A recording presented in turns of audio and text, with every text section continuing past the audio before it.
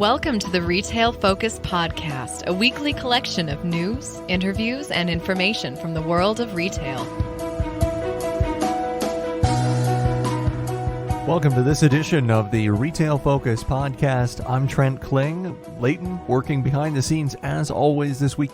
Coming up on this week's episode, we'll be joined by Rick Kelly, Chief Product Officer at Fuel Cycle. They recently released a white paper called The Great Consumer Shift, but basically we're going to be talking to Rick all about private label products, how consumers are flocking to them now more than ever, and more importantly, how retailers and brands can take advantage of this consumer shift. In news, we'll look at Floor & Decor as they released their earnings this past week. We got a look inside one neighborhood center REIT in Regency this past week, and we'll look ahead to new redevelopments, not just there, but also at other REITs throughout the United States. A quick reminder that you can check us out on social media at Retail Podcast on both Instagram and Twitter. All right, let's dive into the Floor & Decor earnings. They released on Thursday, November 3rd. They're kind of our favorite retailer, taking up residence in former Kmarts everywhere, and they posted a slight beat of analyst consensus estimates, 70 cents per share versus 66 expected. And of course, we could talk about the raw numbers, but we're more interested in the direction they are taking. You know, it said a lot of people pulling back on some of the durable goods, and you would think Floor & Decor would maybe see some negatives from that, but that's not the case, at least in this quarter. For those who are maybe unfamiliar with the chain, they've enjoyed a compound annual growth rate of over 25% in terms of top-line sales in the past 5 years, and they've seen their store count balloon as they continue to take over large boxes that were abandoned by other retailers, hence the Kmart mention in the early going, but we've seen them in old Targets and maybe moved or vacated Walmarts or Sam's Clubs as well. However, more recently, from a real estate perspective, they've been building a lot more of their own locations, or warehouses as they call them, kind of those traditional larger square foot locations that tend to be around 100,000 square foot, give or take. And similar to At Home, they don't feel the need to be in the most high traffic locations. They're content with B-class areas because they do see their stores as traffic drivers in themselves. You go there for a reason. You go there for flooring. They're not a company that's going to benefit a whole lot from neighboring traffic, larger neighboring shopping centers, because unlike At Home, their selection includes almost entirely flooring, which is kind of as their name suggests, and they don't have the pseudo off-price feel like their big box brethren. Basically, think of them as an LL Flooring store, but on steroids and with more fixtures. Generally, bathroom fixtures is kind of the decor part of their business. Heading into this year, they continue to be bullish on growth plans, seeking further location openings that fill in the white space they visualize as a company. They've more than doubled their store count over the past 5 years. Currently, they have over 170 locations, but they see a white space of around 500 stores in the next 10 years, indicating obviously further growth plans as they stretch to reach that 500 mark. So where were they exactly this quarter? Well, as far as top line is concerned, their sales continued their growth rate seen over the past 5 years. Top line revenue for them increased 25.2% versus 2021's Q3. And as we referenced, the new stores they've built and opened up certainly helped this out, but so too did comps. They have been on a massive run of comp increases.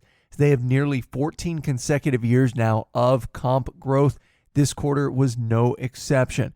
Comparable sales for them were up 11.6% year over year, outpacing inflation and also indicating that their product mix continues to resonate with both their pro and DIY customer bases. As we often do with retailers like Home Depot and Lowe's and Menards, we want to break down the pro versus DIY comps there. And for pro comps, they were slightly behind DIY, but still strong. They were up 7.4% year over year on the benefit of 29,000 new pro contracts signed in the quarter. However, when you look at the company as a whole, not on a comp basis, pro sales were actually strong in newly open locations, at least compared to locations that had already existed. Pro sales, in fact, were so strong in these locations that they overcame being outstripped by DIY sales in comps to take over over 40% of the total sales share at Floor & Decor. So right now, 40.7% of overall sales in the third quarter went to pros versus the other 59.3% to their DIY customers. That is up and one of the highest marks they've had as a company. Now, elsewhere, in terms of comparable sales, they talked about impacts from Hurricane Ian. Despite traffic to their Florida locations immediately after the storm, this took place obviously later in their quarter, they were forced to close several of their locations, and Florida is one of their largest markets. In aggregate, the hurricane hindered September comps by 130 basis points. Going forward, they feel a little bit unable to project accurate impacts from those that might be seeking to renovate after the hurricane, those that might have those insurance checks in hand following Hurricane Ian wanting to redo their flooring. They can't say right now exactly how much impact that'll have on a go-forward basis, but as I said, that did hinder comps just a little bit. Comps actually fell off towards the end of the quarter for the company as a whole. Just 9.6%. I say just 9.6%, but their sales were up 9.6% in September, and that came after their same-store sales were up 12% in July and August. To date in the fourth quarter, comps for the company are floating around the 5% mark.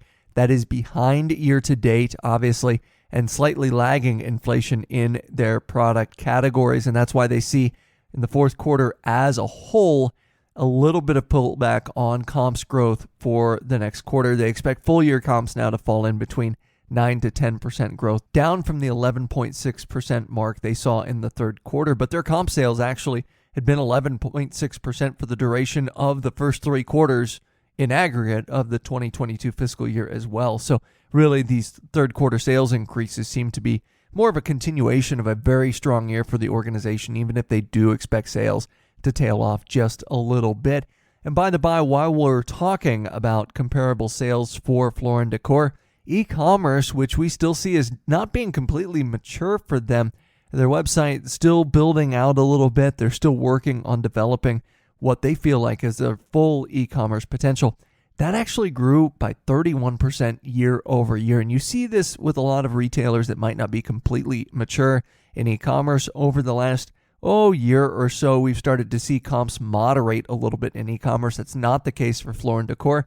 E-commerce now accounts for 17.3% of their overall sales, which lags some retailers, but it's still better than the 16.4% at the same time last year. They credited their e-commerce team for not only increased conversion rates, but also increased basket size. Average e-com ticket growth outstripped company-wide ticket growth, in fact, on that front, so people adding more to their online baskets.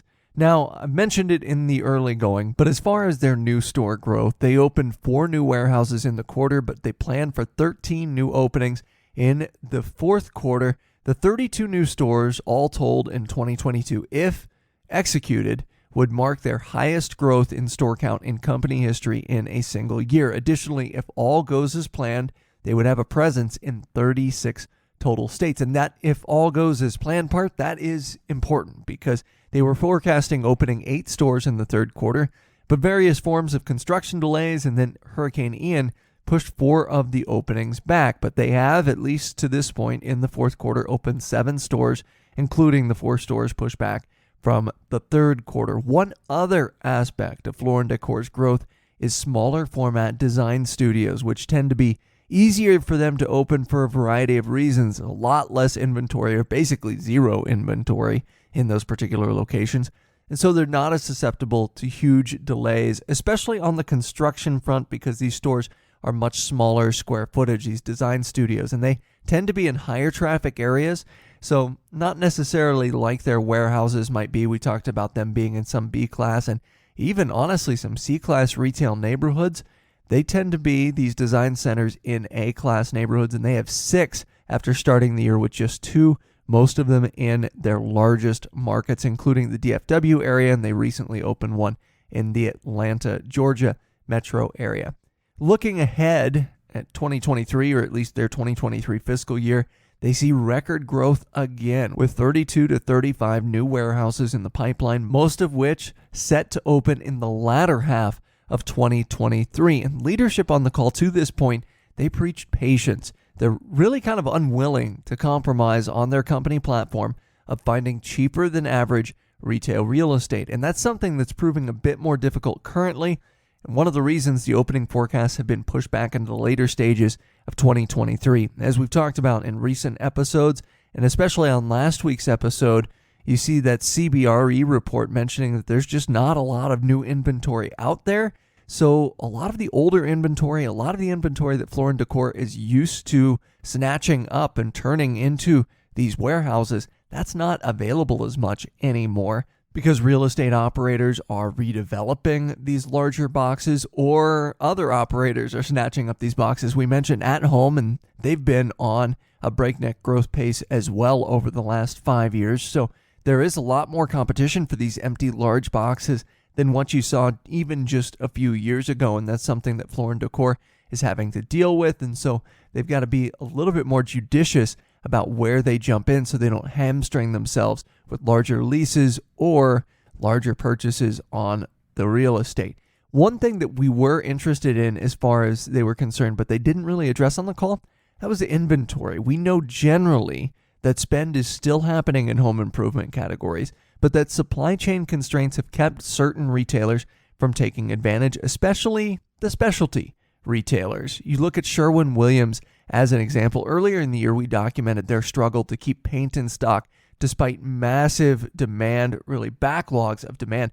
And for Floor & Decor, this doesn't appear to be as much of an issue. For one, they continue to plan these new locations that we talked about, and they've seen individual store sales rise at the same time. So we know that shortage of inventory is not hamstringing sales, it's not hamstringing the company, but also on a per store basis, their inventory levels have risen about 10% year over year, which is remarkable considering the sheer number of locations they've opened in the last year. So you have to think their supply chain looking strong is not an issue for the company. As a company, total inventory on hand is up around 30% year over year, which is an encouraging sign that the industry-specific supply chain challenges are abating, and they're kind of allowing the stores in their network to bulk up again to meet this demand they see flowing in. But longer term, I do believe this sector is worth watching. We talked to various analysts about the reduction in customers seeking out durable goods. This is something that a lot of people have said. It seems like spending really being curtailed in terms of durable goods. And it will be interesting also to see how the housing market informs sales of companies like Floor & Decor, like LL Flooring, like Sherwin-Williams, companies that are really specific to certain aspects of home improvement. Supply chain issues notwithstanding, Sherwin-Williams, historically at least, has proven to be somewhat resistant to housing market fluctuations. We saw this in 2008, in fact, and we've seen it with minor downturns since then. But it remains to be seen the impact that rising interest rates will have on home improvement specific retailers as the housing market adjusts. Will people continue to spend to improve their residences since they don't want to move into a new house with a substantially higher interest rate? Or, on the other hand, will people be hesitant to dig into savings to upgrade their residences if they know they won't move for a while? And our guest this week will talk a little bit about savings rates and what we can learn from that. But overall, you might also see an effect for pro customers if there's not a lot of new houses being built, or if you start to see new supply go down, that could also affect the pro customers for Floor & Decor. Lots of uncertainty here is what we're saying, but at least for now, the company does seem like it's all systems go with their expansion plans. And if there's any worry about the macro climate, at least within their company, certainly hasn't seemed to affect their vision going forward. But I do think it bears mention that history is littered with a lot of companies that kept expanding despite the fact that macro factors really suggested maybe they should take a year or two off of this expansion.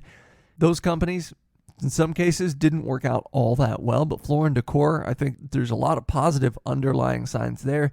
They seem to be operationally extremely efficient, as we talked about on the supply chain front, and so obviously a sector to watch, but in particular, a company making a lot of noise in this sector. All right, well, coming up after this break, we'll be joined by Rick Kelly, the Chief Product Officer at Fuel Cycle. He'll talk, obviously, about what Fuel Cycle does on the day-to-day, but more importantly, he'll talk about a study Fuel Cycle ran of over 1,500 respondents detailing what the 2022 consumer thinks about private label products, where private label growth is occurring, and how companies can evaluate the strength of their brand. And as he'll talk about private label brands, they're brands too, and they can monitor strength just like the big boys.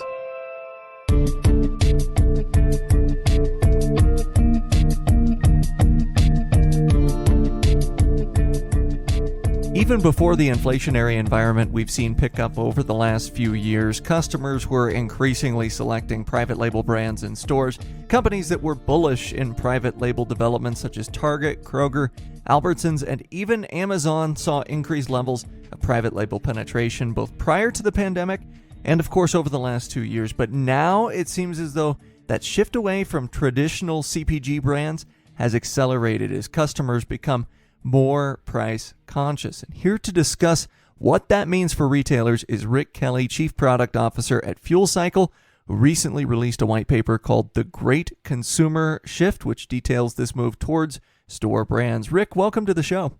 Yeah, thanks so much for having me today, Trent. First, I was wondering if you could give our listeners just a bit of a background on what Fuel Cycle does on the day-to-day for retail. Yeah, sounds good. I'll try and keep this really succinct. So Fuel Cycle is what we call the Market Research Cloud. It's a platform for a broad range of market research that utilized by enterprises to develop products, test pricing sensitivity, run ad campaigns, evaluate marketing content, and so on. So our clients for some of the leading enterprises, including those in the CPG and retail space, as well as a variety of other sectors that need to make a wide range of business decisions using customer insights. All right, so we've got that background there. I'm kind of curious as we start talking about this white paper, and you guys did a great job with the research. What was the inspiration originally behind kind of producing this report and doing this research on store brands? Yeah, so our inspiration is really understanding how consumer behavior is evolving all the time. So there's no surprise to anybody that there's been a lot of change over the past few years. Really over the past 14, 15 years, we've had broad changes in the macroeconomic environment, technology, social environment. And so really it came time to take a pulse on how consumer behavior is shifting in store and the types of brands and products that they're selecting. So it's really a reflection of the dynamic environment that we live in today and the need to kind of keep our finger on the pulse of how changes are happening in real time. Now, a lot of the original data in the report comes from a survey of over 1,500 respondents earlier this year. Just as we start to dig in, what were some of the high-level findings of the survey and kind of the high-level takeaways from what customers were saying? Yeah, so it's a great question. And I'm also privy to all the underlying data and not just what's in the white paper. So maybe a handful of key points is one is that there's kind of a broader trend in migration toward private label brands in general. So this is independent of an inflationary crisis or anything like that we've seen really accelerate over the past few months. It's been a trend to adopt private label brands for consumers just more broadly. Now, the expectation is that uncertain economic environment is going to continue to accelerate that. Number two is really just around the role that brand plays by category. So there's some products and goods that are relatively immune to private label brands. For instance, like alcohol brands, they're going to kind of stand up a lot better against potential substitutes than something that's more in a kind of toothpaste category, for instance. So brand is dependent on the specific good that you're offering. And really, those are kind of the two big things I'm going to pull out there and say are clearly evident across the data that we have. Maybe one more thing that I'll throw in there is just that private label brands also, they can develop brand equity the same as any other kind of national brand can. And one call I'll share here is probably obvious. It's something like Kirkland Signature, where Kirkland Signature has developed a reputation as a brand for quality, or at least perceived quality, amongst consumers and has a strong following. So those private label brands, as they mature, are gaining similar levels of brand equity that national brands are having. We'll talk about some of those perceptions around those brands here in a little bit. I think that's a great call out in terms of Kirkland's Signature. But the second point you mentioned, I wanted to dig a little bit deeper into this because the survey kind of explored both share of wallet and preference for certain categories in terms of that store brand versus name brands. You mentioned toothpaste as potentially being one, HBA categories, but where were customers most likely to have a preference for store brands, and vice versa, where were customers most likely, you mentioned alcohol, to have a preference for those non-store brands? Yeah, so where we saw the most, the highest level of substitution was really around healthcare products, just kind of broadly. So that what we're going to see is you're purchasing your private label ibuprofen, something that's a clear substitute for something that has like a national brand on it. Is that, healthcare products are going to be the most frequently substituted, followed by personal care products. So those personal care products, that's going to be like toothpaste, deodorant, similar items, whereas other things are going to be a little more immune. So that's going to be like your alcohol, food, those types of things that have a little more resilience, or where consumers are more likely to select a national brand than they are a private label brand. And I did want to circle back while we're talking about this. You mentioned alcohol as being one category where customers may be resistant to making the change. And looking at the data, 24% of wallet, which is the lowest share by any category, going to store brands there. Do you feel as though looking at this and maybe some other categories where customers aren't yet springing for those store brands, is this an area of opportunity for retailers, or does it instead indicate that maybe customers are a bit more inflexible in those categories? It's a great question. Number one, I think predicting consumer behavior looking forward has been really challenging, but I would say that it's definitely an opportunity. And here's the reason why, is that over the past few years, we've seen the consumer savings rate decline dramatically. So the amount of money that consumers are saving up over time, it's now at a recent low, which means that they're spending out of savings or they're spending at break-even levels. And that means that consumer behavior, that existed 2 years ago, today is unsustainable relative to what it was 2 years ago. And so there have to be changes happening. And so especially where brands can emphasize quality and similar attributes that people are going to value in a store brand, is that there's a huge opportunity around categories that aren't substituted today, specifically around alcohol or pet products and things like that. Obviously, some interesting things there, and certainly something for retailers and store brand developers to look forward to. The survey also dove into main purchase drivers for store brands and name brands. Obviously, we talk a lot about price, and you just mentioned in terms of the consumer saving rate, what we're seeing there. But besides price, what were some of the main drivers that influence customers to maybe prefer the store brand? And also, what can both retailers and brand developers take from some of these purchase drivers? Absolutely. So the number one indicator of whether somebody was going to purchase a name brand versus a store brand is around brand trust. So I think we'll go back to reference that Kirkland Signature example, where there's brand trust and people are confident that the product that they're purchasing is high quality, then they're going to easily substitute those store brands or private label brands for national brands. The other one is closely tied together. It really is perceived quality. And so that perceived quality is an important differentiator. And I think the main lesson and the takeaway from that is that for national brands is you have to find ways to continue to differentiate on attributes like trust, quality than store brands. Because if consumers perceive those as equal quality and just different price or different value, then they're going to easily substitute those, especially when there's a lot of economic pressure. So differentiation around trust, overall brand, and then quality is very, very key.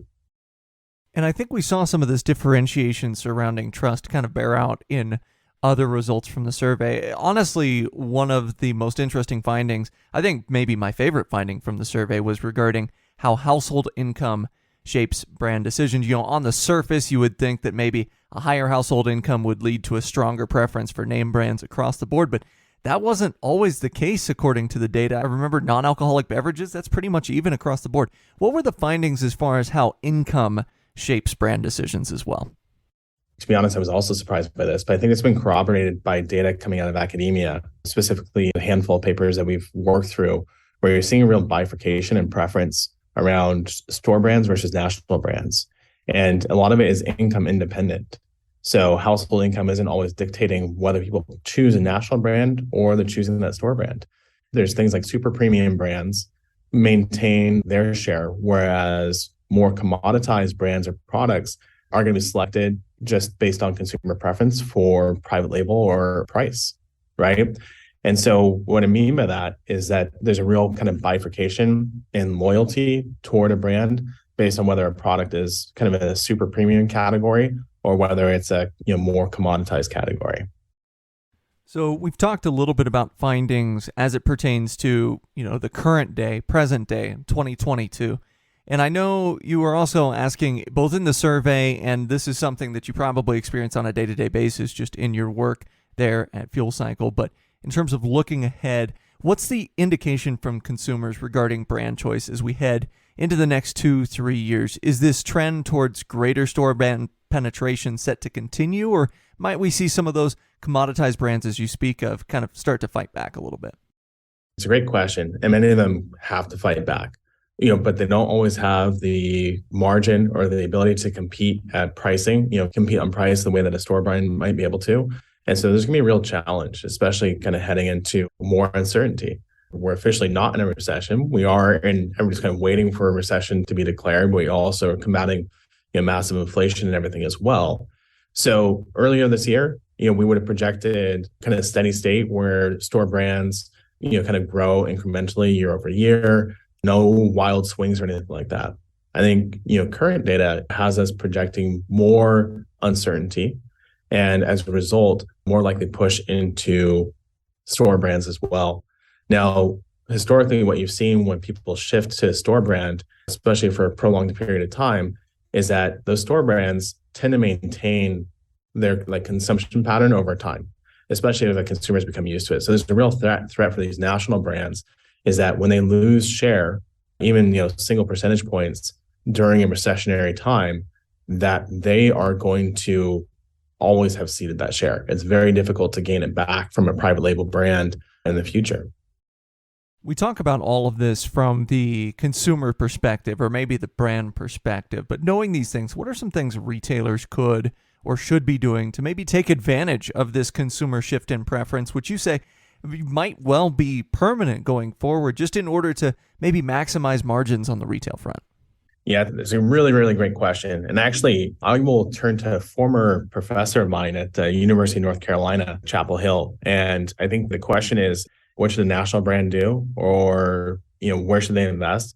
Typically in a recession, you see R&D expenditures cut. And so this is from Jan Benedict Steenkamp, who is at University of North Carolina. The proposal that he makes, along with, I think, some of his colleagues, is that, they need to have a really wide assortment of brands and products at different price points, different sizes, different packaging. They need to have wide distribution, but also, and this is a direct quote, with the elevated risks of a recession, courageous corporate leaders planning for the long term might want to go against the general practice of cutting R&D expenditures during, and instead invest more in R&D. That's the end of the quote. But as the economy bounces back, they're going to benefit from more assortment, kind of broader array of price points, packages, and solutions for consumers in the future. That's a great point there, and it kind of speaks to also some other spending patterns that you might see during recessionary periods of time. It seems that companies that don't cut back as much on spending are in a better position on the backside of the recession. Now, I do want to transition maybe from the CPG's point of view or commoditized brands' point of view. One of the interesting things that I think Fuel Cycle does, as I was getting into it, is measuring brand health. What are some ways in which these brands can measure brand health versus maybe new or existing competition that might be out there? Yeah. So one of the things that we know is that traditional brand health, brand equity measurements, they tend to be very point in time and kind of isolated to a handful of points throughout the year. Now, unfortunately, that doesn't work well for business leaders who need to make decisions in near real time. The situation on the ground, is evolving rapidly.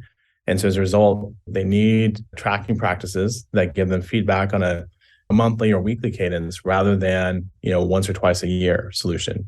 So our hope is that by simplifying brand health tracking, is that we can actually give business leaders the data and the diagnostic tools to make decisions on a faster cadence than if they're just looking at their brand equity, at a single point in time, a couple times a year. And that kind of speaks to this increasing movement towards flexibility that we're starting to see. And you mentioned, if you're measuring on a weekly or monthly basis, or at least a more frequent basis than you were previously, obviously that gives businesses the power to maybe act there. So I'm curious, as far as that is concerned, what best practices you've seen as far as that flexibility in terms of action, whereas previously you'd see a lot of these companies, whether CPGs or retailers, be a little bit more rigid in their decision making. Yeah, I think it just kind of speaks to the nature. It's a really dynamic environment in general.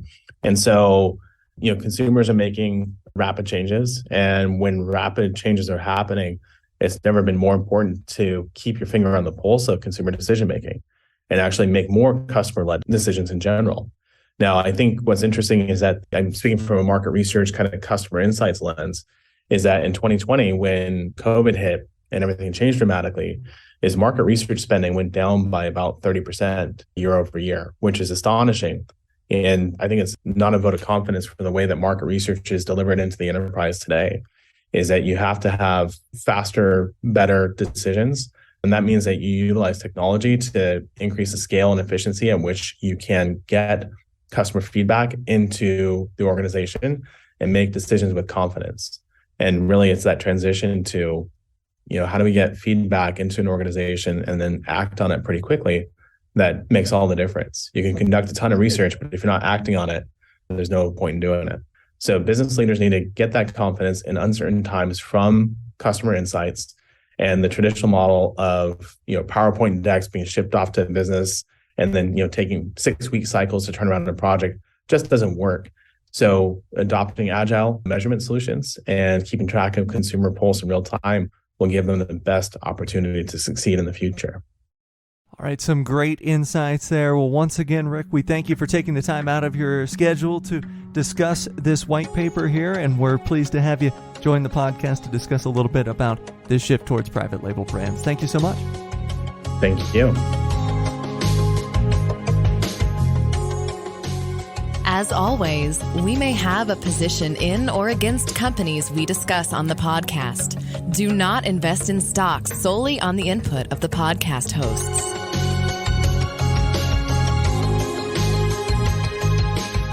We thank Rick for taking the time out of his schedule to join us, and he was someone that we really enjoyed being able to talk to. We talked to him quite a bit off the air, too, about some of fuel cycles, mechanisms there. Really, in today's retail climate, in the whole, feedback, getting that feedback and employing that feedback is so important. And obviously, it's something that he talked about them doing at Fuel Cycle, but he made a couple of really good points, which are basically tied into the fact that, look, companies can get feedback all they want, but unless they can employ the feedback and can be diligent in how they employ that feedback and flexible in how they employ that feedback, and also have a very quick, agile turnaround, that's going to be the key for a lot of retailers going forward. And historically, it has been more difficult for larger retailers to make those quick changes. You're seeing the time to make changes and plan reduced for the bigger retailers. And I'm encouraged to see how the retail community really adjusts based around all of this real-time feedback in the future. Well, today in our Looking Ahead segment, Regency had an earnings call this week, and Regency is a REIT that owns about 80% neighborhood grocery-anchored centers in their portfolio, but they also have a lot of really nice